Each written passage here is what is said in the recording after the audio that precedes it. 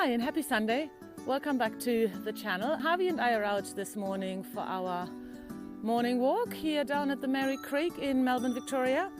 And I was out last night with a couple of friends who, some of them have recently separated, some are still in relationships and some have been single for a long time, a bit like me. And we did talk about how we're all doing. So I thought it might be a great idea to do a video about signs that you're thriving at living by yourself and actually enjoying it. So yes, here we go. Harvey's there, having a little sniff around. Number one, in my opinion, is the weekend is coming up and you're really looking forward to not having any plans at all, other than the usual household chores, sleeping in, walking the dog, and maybe catch up with one or two friends.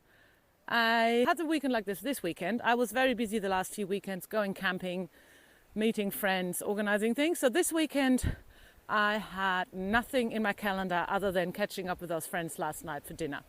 And I was loving the thought of it. I had a sleep in, I didn't have to get out of bed when I didn't want to, had a cup of tea in bed, cleaned the house in my pajamas, watched some TV, had another cup of tea, and now walking the dog and then eventually getting to the chores. But rather than getting depressed about not having any plans, I was excited. I was like a little kid in the lolly shop. So if that's you, you're enjoying living by yourself. Number two, you do make plans by yourself. For example, I like going on trips by myself. I take Harvey the dog, but other than that, I often don't have any plans to take anyone else on my camping trips or day trips, and I'm excited about it because I don't have to take care of anyone else. I don't have to think about what other people would want to do or not want to do. I can just do whatever I want.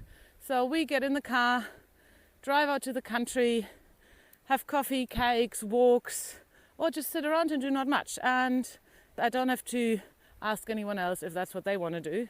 And that's a pretty good weekend and a pretty good trip away, in my opinion. So yeah, you plan trips by yourself and you're excited about going on adventures without asking anyone else for permission. Another thing I've started doing is going to the movies by myself or going to the theatre by myself. Because A, you're in a movie and you're not talking to people anyway, and B, it's just a spontaneous thing often on a Friday night that I think, oh, I've got no plans, I really would like to see this movie. Maybe no one has wanted to see the movie, or I just couldn't be bothered to ask anyone. But yeah, I will go and watch a movie by myself happily and really enjoy the night out. Okay, point number 4 is you're happy and excited to come home to an empty house. It might be empty, but it's warm and cozy. I love coming home after work to my house, not having anyone in it, so I can just come home and do whatever I want, put my feet up, get under a blanket, have some dinner, look after the animals, and just enjoy the peace and quiet. To be fair, I do work as a teacher, so I have a lot of social interactions all day long and a lot of noise all day long. So I'm actually,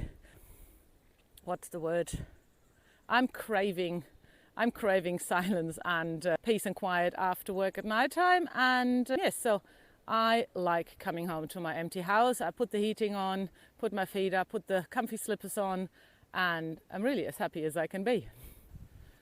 Okay, this is one for the weekend or the holidays. You get excited about going for a walk and taking yourself out for brunch, where you can sit for hours with a newspaper and a good coffee and just read up or watch people going by. And you prefer doing that rather than taking any friends with you. So having brunch out by myself is very big on my list of things to do.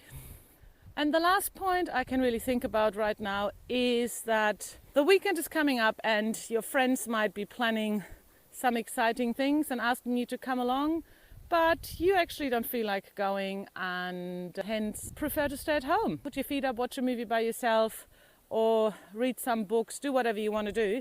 But yes, I think another sign that you're thriving at living by yourself is that even though you might have quite a few invitations to do things with people, you enjoy it better to stay home and do nothing. You have to be careful with that one, that it doesn't become a habit and you become a hermit.